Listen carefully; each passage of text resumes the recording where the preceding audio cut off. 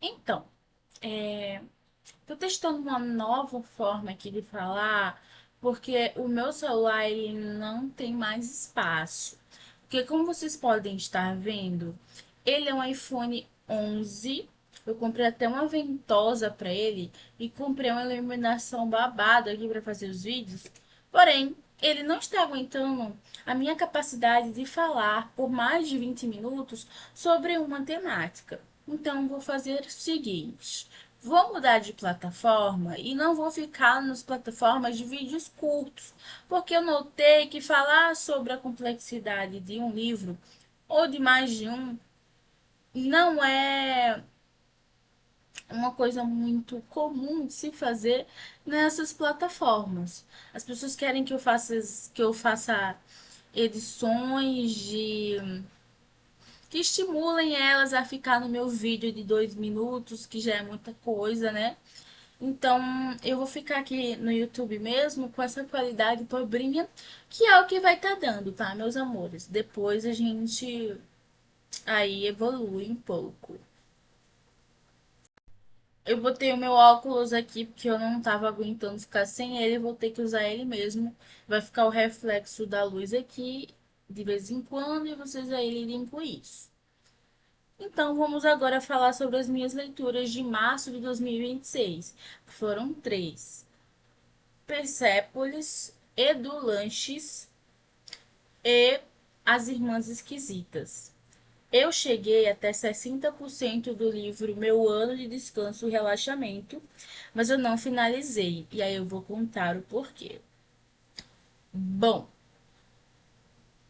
levando em consideração que Persépolis estava na minha lista de leitura há muitos anos, desde que eu ouvi falar dessa HQ, que é uma HQ, mas é desta grossura, eu decidi que eu iria lê-la, pois o contexto dela é dentro do contexto do Irã. E, como uma pessoa brasileira, eu nunca tive tanto contato com o Irã que não fosse um contexto de discussão sobre guerra, né? Era a única fonte de assunto que tinha sobre, a respeito desse país, né? E aí eu não sabia nada sobre esse país. Inclusive eu achava que era um país árabe. Ele não é um país árabe, ele é um país persa. Inclusive o nome dele era para ser Persépolis, por isso o nome do HQ, né? Então eu decidi que eu ia ler essa HQ, levando em consideração o contexto atual, que é de guerra, infelizmente, mas eu acho que a burrice é uma coisa muito perigosa. E eu estava sendo muito burra, mesmo sabendo que os Estados Unidos não. Aqui para os Estados Unidos, eu também não sabia muito o que falar sobre o Irã. Não sabia o que estava acontecendo, eu não sabia nada sobre o Irã. É, o que a gente consome de. Eu vou usar o verbo consome por falta de outro melhor, porque eu não quero falar apreciar, porque também é meio paia. Mas a gente ouve música iraniana, a gente consome cinema iraniano, apesar de que eu ouvi falar que é muito bom. A gente, enfim, a gente entra em contato com algum tipo de obra de arte iraniana? Não. A gente só entra em contato com obras de arte ou nacionais ou dos Estados Unidos.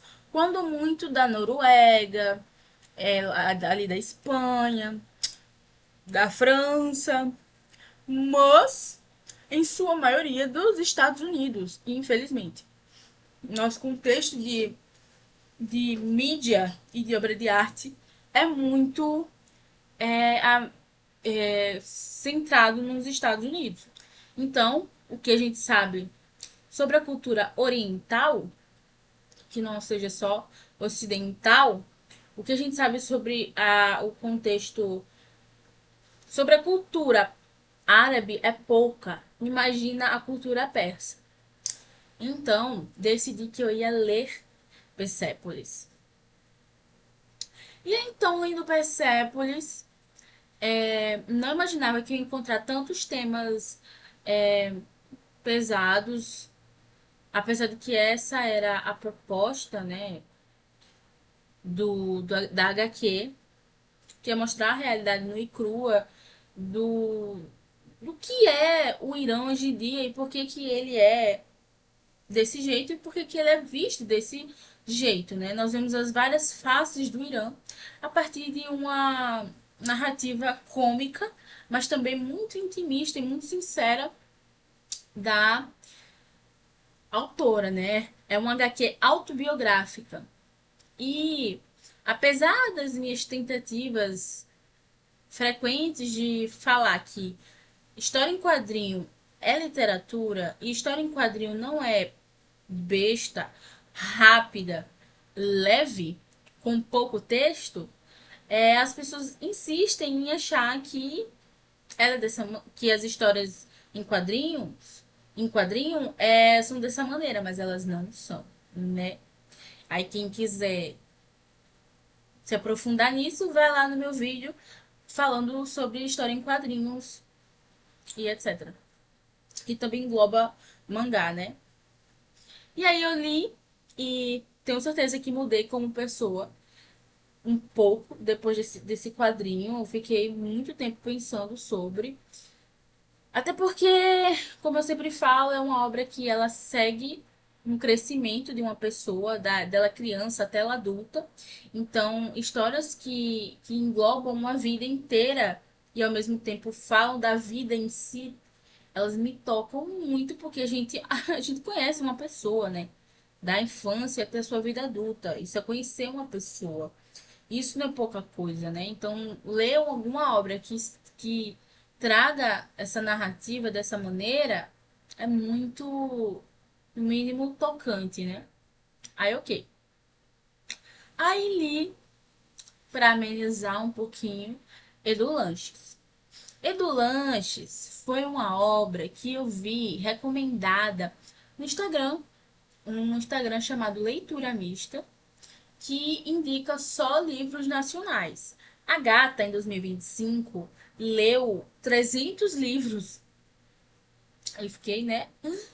E eu sei que muitos desses livros foram livros que ela teve que ler, porque ela recebeu do autor ou da editora, para dar ali a singela opinião dela sobre aquela obra e divulgar, né?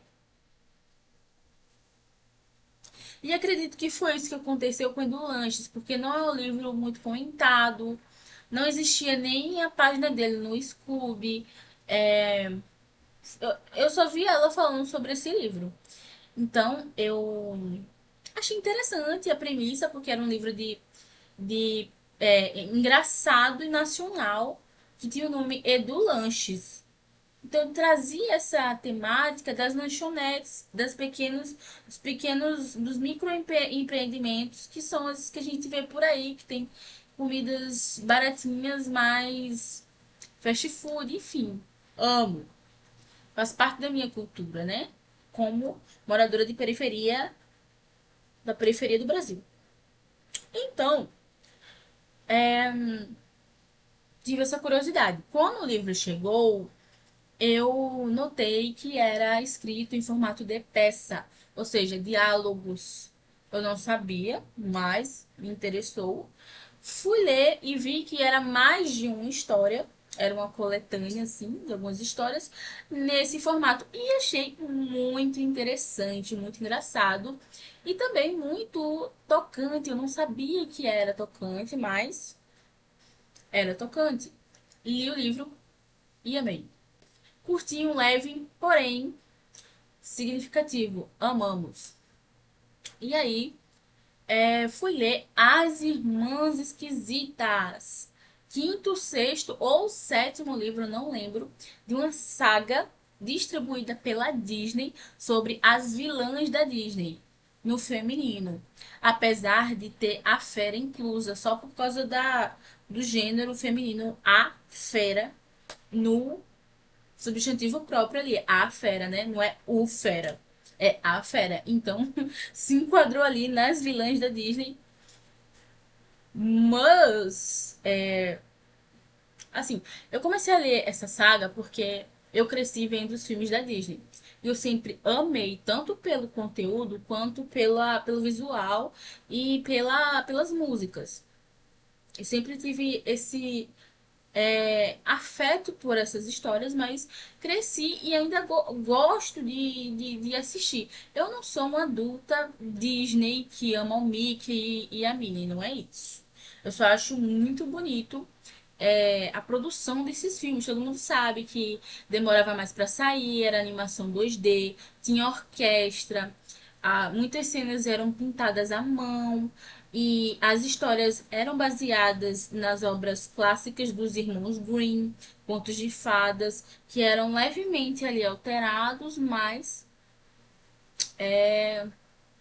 tinha todo um contexto artístico para formar o grande filme que sairia ali. Não à toa ficou canonizado na nossa geração. E eu tinha um interesse muito específico nas vilãs, que também eram grandes personagens nas histórias dessas princesas. Não eram só as princesas que chamavam a atenção, né? Nas histórias. Eram também as vilãs, porque elas tinham grande peso ali na história. E elas também eram muito magnéticas, elas também eram muito icônicas de certa maneira.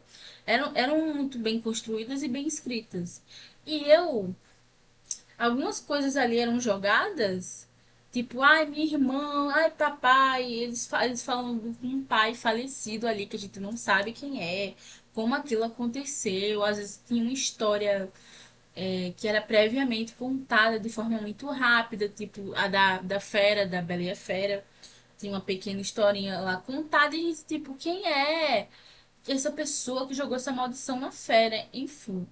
E nesses livros, a autora Serena, alguma coisa, não me lembro, acho que é Valentino, ela foi escolhida como autora dessa série de vilãs da Disney. Então, os vilões também não cheguei nessa parte, acho que não vou me aprofundar, prefiro as vilãs. E aí, li os livros, li da Rainha Má, Úrsula, a Fera, Malévola e a Mamãe Gothel, da Rapunzel. E aí cheguei, né, nas Irmãs Esquisitas. Como assim as Irmãs Esquisitas?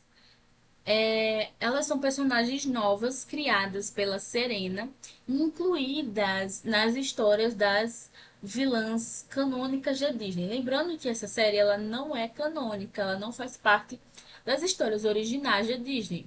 São tipo fanfic, né, spin-off. E não só as Irmãs Esquisitas, né? Tem outros personagens, muitos personagens adicionados nessas histórias. E as vilãs, elas estão todas entrelaçadas. A Serena entrelaçou todas as vilãs em uma única história. Então você não pode pegar um livro sortido ali e ler sobre a sua vilã favorita. Você vai ter que ler de um por um. Mas é uma história muito legal. Tem cenas que acontecem nos filmes mesmo e tal. E acho que foi muito difícil de escrever para chegar a um ponto do livro das Irmãs Esquisitas, né? Ela criou vilãs do zero e elas são as vilãs mais poderosas de todas, assim, e é muito interessante. Eu me peguei mais interessada pelas Irmãs Esquisitas do que pelas vilãs oficiais de Disney. Então, assim, urgente pra ontem um filme das Irmãs Esquisitas, tá? Eu amei. O livro das Irmãs Esquisitas tem ilustração. É um livro que você vê que a Serena sentou ali e falou: Eu vou escrever o melhor livro dessa saga inteira. Tem guerra, tem um monte de personagem novo, tem personagem que era do bem nossa, e você vê que tem muitas nuances ali que são bem baseadas nos filmes originais para transformar esse personagem em, em um ser humano mesmo que tem um lado bom e um lado ruim. Você vê, nossa, será que esse personagem era tão bom mesmo? Então, assim, eu me impressionei com a autora, com esse livro das Irmãs Esquisitas, e eu amei. Agora eu vou. Tô querendo ler o da Cruella, que é o próximo, e depois do meu filme favorito, que é o da Cinderela. E aí vai ter a Madrasta. E eu tenho ele físico aqui, porque acho que eu só li o da Fera e o da Úrsula físico, e o resto eu li no Kindle. E aí eu tô chegando agora no livro que eu não. Que eu li ali entre. Foi antes de Persepolis, gente. Foi o primeiro livro de março, que foi o meu ano de descanso e relaxamento. Eu cheguei em 60% dele, mas eu não finalizei. E eu fiquei muito triste com isso, porque eu cheguei até 60% do livro e eu não terminei. Mas foi o seguinte, gente. Esse livro eu achei que ia ser tudo pra mim esse ano. Por quê? Eu me formei no final do ano passado. E eu pensei, vou tirar alguns meses sabáticos para não fazer nada, entre aspas, né? Porque tenho ali minhas side quests, eu tenho meus livros que eu leio, meus vídeos que eu faço academia e enfim, tenho muitos hobbies mais do que eu gostaria, que eu não falei aqui, preguiça. E aí, eu só queria descansar da faculdade, né? Porque foram acho que foram 5 anos fechados ou 4 e meio, muito densos para mim. Eu queria relaxar. E aí eu achei que era o momento perfeito para ler esse livro, Meu Ano de Descanso e Relaxamento. Eu sabia que era um livro sobre depressão e tudo mais, e abuso de remédios, né? Mas eu sabia que tinha um negócio ali hilário, sabe? Uma escrita engraçadinha e tal, ácida, com piadas autodepreciativas, que é assim que geralmente a pessoa com depressão fica, né? Muitas das vezes, se escondendo atrás de piadas e humor. Muita gente falava desse livro, muita gente elogiava esse livro. Fui ler a sinopse e vi que era de um olhar um pouco privilegiado, superficial, porque a protagonista era riquinha. Mas aí me lembrei daquele filme da Britney Murphy, que ela faz uma personagem que ela é riquinha, mas ela tá perdida na vida e ela não faz nada e a casa dela é toda bagunçada. Enfim, não tem nada demais. Diabo Veste Prada ali, Gospel Girl ali, um negócio tudo bem, sabe? Pessoas privilegiadas também sofrem. E aí fui ler. Até porque eu achei que ia me identificar um pouco, porque apesar dos pesares da minha vida, eu sou uma pessoa sustentada pelos pais. Então eu pensei assim, nossa, vou me sentir como uma garota privilegiada, rica aqui. Então tá. Aí eu fui ler. Não gostei muito da escrita, gente. Que eu achei um pouco repetitiva demais. Eu cheguei em 60% e, gente, o livro é do 1% até o 60%, porque eu não li o resto, da mesma forma. E eu sei que a depressão ela nos leva a lugares e ela nos transforma em pessoas que afasta outras pessoas, que nos faz ser uma pessoa ruim às vezes, e tudo mais. Só que a autora escreveu a protagonista como de uma forma que ali eu fiquei achando que eu ia ser surpreendida, mas eu acho que a protagonista ela foi escrita de uma forma que não era a depressão que fez ela ser uma pessoa ruim. Ela era ruim. Ela era uma péssima, a péssima amiga, uma péssima pessoa no geral. A depressão e o vício em remédios não tinha nada a ver com isso, sabe? É aquela parada. Você não pode usar a depressão, que é uma doença, pra esconder o fato que você é uma babaca. Não pode fazer isso. Às vezes você é só uma pessoa babaca, não é a sua doença. Nem tudo é patológico, né? Você não pode se esconder atrás da patologia por causa da sua personalidade. Eu achei que esse foi o caso da protagonista desse livro. Tava intragável ler aquilo. Eu gostei muito da psicóloga dela, achei que ela era a parte engraçada, bem escrita, com um gosto. Ela captou ali a vibe que eu esperava do livro, porque o resto do livro não achei que valeu a pena. E eu tava odiando ler, eu tava começando a ter uma ressaca enorme, literária por causa desse livro. Eu pensei assim, tudo bem abandonar livros, apesar de que eu não concordo com isso. Eu só abandono o livro quando eu começo a ficar doente, assim, de não conseguir ler. Eu não estou gostando deste livro, então eu vou ter que abandonar. Mas sempre são livros. Olha os livros que eu já abandonei: Crime e Castigo, O Processo e esse. Me dá uma dor porque eu botei muita expectativa nesses três livros. E eu sim vou continuá-los um dia. Não é porque eu abandonei que ele vai ficar lá para sempre. Eu vou voltar neles um dia, entendeu?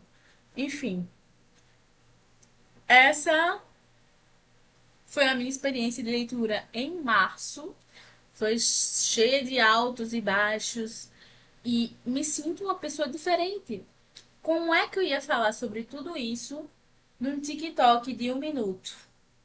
Num Reels de menos ainda, né?